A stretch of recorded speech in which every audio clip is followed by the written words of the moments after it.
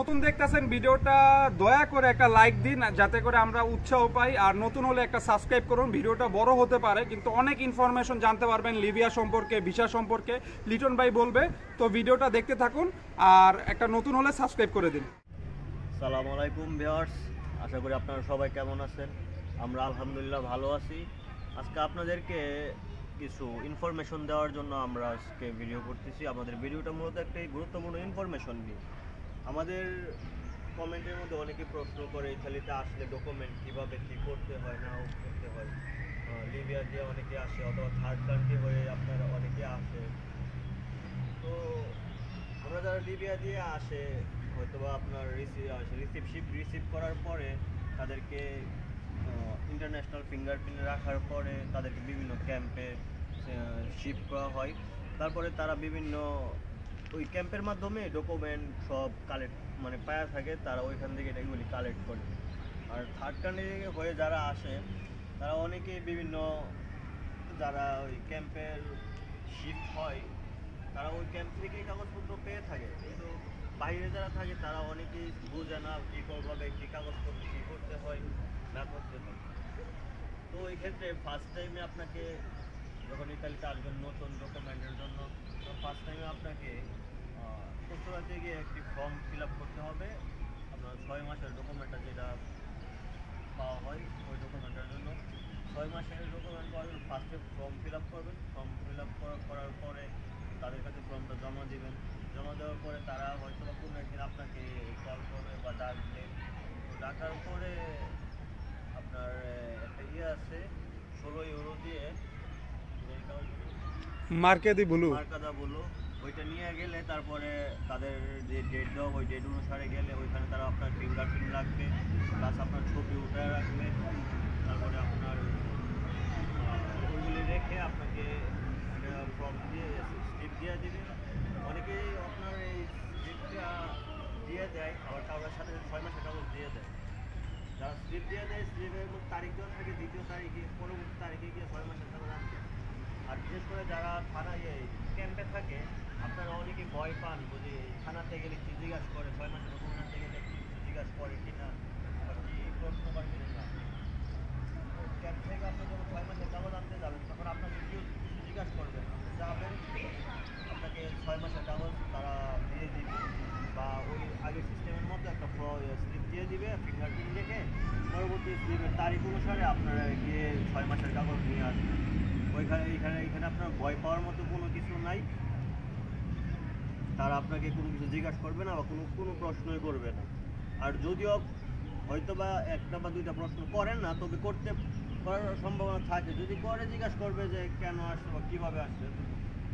আর দ্বিতীয় ধাপে আপনি 6 মাসের কাগজ পাওয়ার পরে দ্বিতীয় ধাপ শুরু হয় আপনার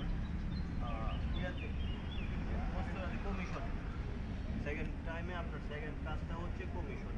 তো এই কমিশনটা বিষয়ে আমরা পরবর্তীতে আরেকটি ভিডিও করব। ভিডিও ডিটেলসে আমরা বলে দেবো কমিশনে কী করা হয় বা কী তথ্যগুলি সব দিয়ে দিব। আর এখনও যারা আমাদের ব্যবস্থা আছে আপনারা ভয় পান যে 6 মাসের কাগজ আনতে গেলে কী প্রশ্ন করে কিনা। অনেকে আমাকে নক করে যে ভাই 6 মাসের কাগজ আনতে যাব, কোনো সমস্যা কোনো প্রশ্ন করবে কিনা। না ভাই, 6 মাসের কাগজ আনতে গেলে কোনো প্রশ্ন করবে না। ইতালি তো আপনারা সবাই জানেন একটা মানবতা সম্পন্ন দেশ। এখানে আপনাকে কোনো জোর জুলুম কোনো কিছুই করা হবে না, বা আপনাকে এমন কোনো কিছু আপনি অপরাধী না যে আপনাকে কোনো শাস্তি দেওয়া হবে। আচ্ছা, এক ভাই না আমাদের লিবিয়া থেকে ভিডিও দেখে, উনি কয়দিন পর গেম দিবে। আচ্ছা, লিবিয়া ছোট্ট করে বলেন তো, লিবিয়ায় কত টাকা খরচ হয় থাকার জন্য বা কি আসল বিষয়? লিবিয়াতে থাকার জন্য আপনার মান্থলি ওই দেশের টাকা হচ্ছে দিনার, 500 দিনারের মতো খরচ হয় প্রতি মাসে। কামানো যায় না, এটা মান্থলি খরচ। লিবিয়ায় যারা থাকে ইনকাম করতে পারে? চাকরি করা যায়। কাগজপত্র লাগে না? না, ওই দেশে কোনো কাগজপত্র কোনো কিছু লাগে না। তবে কোম্পানিতে ঢুকতে গেলে আপনার পাসপোর্ট লাগবে, শুধু পাসপোর্ট, আর কোনো কিছুই নেই। কোম্পানিতে ঢুকলে গিয়ে পাসপোর্ট লাগবে, আর অন্য মাজরা আছে বা ইয়াতে কাজ করলে তেমন কোনো কাগজপত্র কোনো প্রয়োজন হয় না। আর লিবিয়াতে মান্থলি বেতন 1000 দিনার অথবা সর্বোচ্চ 1200 দিনারের মতো পাওয়া। 1200 দিনার কত টাকা বাংলা টাকায়? বর্তমানে মেবি 18.5 টাকা মনে হয় রেট আছে, আমি সঠিক বলতে পারি। ওকে, এটা আপনার ক্যালকুলেট করে নেবেন। জি, এটা আপনার ক্যালকুলেট। আর আমাদের পরবর্তী ইনশাল্লাহ আমরা ডিটেলসলি কমিশন বিষয়ে, কমিশনে কি প্রশ্ন করতে পারে অথবা ভয় পাওয়ার কোনো কিছু আছে কি না, কীরকম, ওই ডিটেলসটা আমরা নেক্সট একটা ভিডিওতে আপনাদেরকে পুরোপুরি যত তথ্য আমরা জানি। আমরা তো আর ভাই কোনো প্রফেশনাল কোনো কিছু না, আমরা জাস্ট তথ্য জানি, বাস্তব যেটা আমাদের সাথে ঘটতেছে সেটাই আমরা বলি, ওইটা বলি। তো ওই তথ্য অনুসারে যতটুকু তথ্য আমরা জানি নেক্সট ভিডিওতে ইনশাআল্লাহ আমরা দেব। আচ্ছা, লিবিয়া যারা জাহাজ দিয়ে আসে কত ঘন্টা লাগে? বোট দিয়ে আসে? যারা বোট দিয়ে আসে, যারা ইটালির দ্বীপ সিসিলিয়াতে আসে, সরি ল্যাম্পাদুসাতে আসে, তাদের 20 ঘন্টা 25 ঘন্টা এরকম। আর অন্যান্য যেমন সিসিলিয়াতে আসলে আপনার 42 ঘন্টা 45 ঘন্টার মতো এরকম সময় লাগে। আচ্ছা, মানুষ অনেকে প্রশ্ন করে যে ভাই আমি কন্ট্যাক্ট করছি 8 লাখ টাকা, 25 লাখ খরচ হয়ে গেছে আমার। এটা মানুষ জানতে চায় যে কেন এত টাকা খরচ যায়, এই সম্পর্কে মানুষের আইডিয়া নাই। ওইটা হচ্ছে আপনার কন্ট্রাক্ট বলতে অনেকেই বলে কন্ট্রাক্ট, বডি কন্ট্রাক্ট, এই কন্ট্রাক্ট সে কন্ট্রাক্ট, এগুলো অযথা। আপনাকে বাংলাদেশ থেকে বলে আনবে এই সমস্ত কথা। যখন আপনি লিবিয়াতে চলে আসবেন তখন তাদের জিম্মায় চলে আসবে, তারা যা বলে তাই আপনাকে শুনতে হবে, এটাই সিস্টেম। আসার পরে সব চুক্তি কন্ট্রাক্টে ব্যর্থ হবে, বাদ হয়ে নষ্ট হবে। আর এই কন্ট্রাক্টগুলি আমি করি না কোনো। আসে 25 লাখ 20 লাখ টাকা খরচ হয়, হয়তো বা গেম দিতে গিয়ে কোস্ট গার্ডের হাতে ধরা খাওয়ার পরে আবার জেলে যায়, জেল থেকে ছুটতে লাগে টাকা, আবার দ্বিতীয়বার গেম ট্রাই করতে লাগে টাকা, ওই দিক দিয়ে খরচ হয়। আর বা আপনি যে ভৈরবের, ইতালিতে ভৈরবের চাহিদা কেমন একটু বইলা দেন সবাইকে যারা ভৈরববাসী। আমার কিন্তু অনেক ভিউয়ার্স আছে ভৈরববাসী, বলে দেন যে ভৈরবের এই দেশে মানুষের সংখ্যা কত? ভৈরবে আমি যে শহরে আছি তেমন ভৈরবের লোক আছে মোটামুটি, তেমন নাই। তবে ভৈরবের লোক বেশি আছে মনফাগুন, ভ্যানিস, রোম, ওইদিকে বেশি আছে ভৈরবের লোক। কত মানে রাস্তায় পায়ে পায়ে বাড়ি খায় ভৈরবের মানুষ না? না, আমাদের শহরে ভৈরবের মানুষ কমই, মাদারীপুর সুরতপুর ওইদিকে লোক বেশি একটু।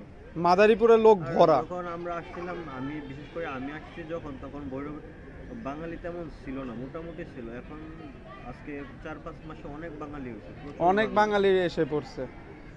আর বর্তমানে আপনার ফ্যামিলি ভিসা দেখেন, ভিসা বাইর হওয়ার আগ পর্যন্ত রেগুলারই আপনার ভিসা চালু আছে।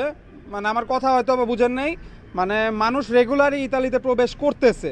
অনেকে প্রশ্ন করে ভাই ভিসা কি চালু আছে নাকি, মানুষ কিন্তু রেগুলার আসতেছে। আচ্ছা, আর একটা কথা বলে দেই, সিজনালি যে ভিসাটা, ওটা সরকার থেকে সিজনে দেওয়া হয় 9 মাসের জন্য, 6 মাসের জন্য, কৃষি কাজের গুলা। যেমন মনে করেন কিছুদিন আগে যে ভিসাগুলি দেওয়া হয়েছে, এখানে কৃষি ক্ষেত্রে কিছু ভিসা দেওয়া হয়েছে, ওইটা হচ্ছে আপনার 6 মাসের ভিসা।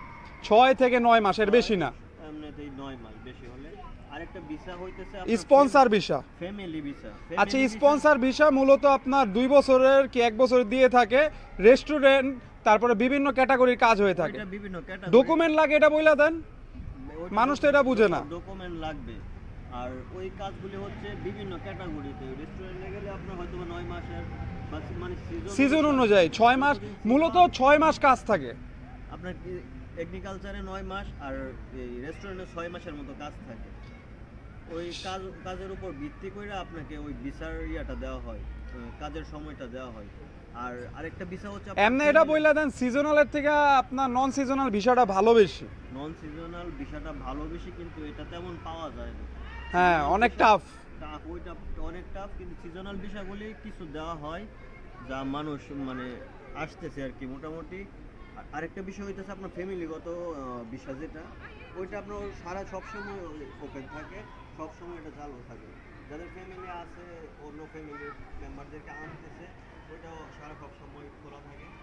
শুধু সিজনাল ভিসাগুলো আপনার সিজন যখন হয় তখন সরকার থেকে আবেদন দেওয়া হয়, তখন ওই সিজনাল ভিসাগুলো ছাড়া হয়। ওকে, তো ইনশাল্লাহ আমরা সামনে আপনাদের জন্য গুরুত্বপূর্ণ আরেকটি ভিডিও তৈরি করব যারা কমিশন দিবে বা কমিশনের বিষয়ে। ওকে ইনশাআল্লাহ। তাহলে আপনাদের আরেকটা জিনিস বইলা দেন যে কয়দিন আগে কয়জন আসছে এই আনুমানিক আমাদের ক্যাম্পে? কয়দিন আগে আপনার, আচ্ছা আরেকটা প্রশ্ন, আমি নিজেও সঠিক জানি না, যে যারা রোমানিয়া দিয়ে আসে এই দেশে, তারা কি ক্যাম্পে উঠতে পারে? না পারে না তো মনে হয়। না পারে, ওইটা হচ্ছে আপনার বললাম তো লিবিয়া দিয়া অথবা থার্ড আচ্ছা সেনজনভুক্ত দেশ তো এগুলো, রোমানিয়া, ওরা কি আর ক্যাম্পে আসতে পারে? ওইটা হচ্ছে আপনার রোমানিয়া দিয়া যখন কেউ ইটালিতে ঢুকে তাদের ফার্স্ট কাজ হচ্ছে পুলিশের কাছে ধরা দেওয়া, যে পুলিশ যে আছে ইতালিয়ান আইন শৃঙ্খলা বাহিনী আছে তাদের কাছে ধরা দেওয়া। পাসপোর্ট থাকলে সমস্যা নাই কোনো। ওকে।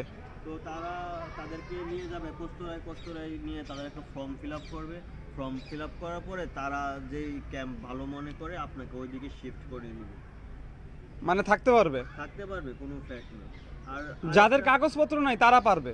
যাদের কাগজপত্র নাই কিন্তু এর মধ্যে কথা আছে, যারা ইতালিতে অনেক পুরান কাগজপত্র বাদ হয়ে গেছে ওরা পারবে না, কারণ একবার ফিঙ্গার দেওয়া গেলে আর পারবে না। হয়তো বা থার্ড কান্ট্রি বা ইতালি লিবিয়া হয়ে যখন ইতালিতে আসবেন আপনার ফিঙ্গারপ্রিন্ট নাই, ইউরোপে তখন আপনার কোনো ফিঙ্গারপ্রিন্ট নাই, তারা পারবে।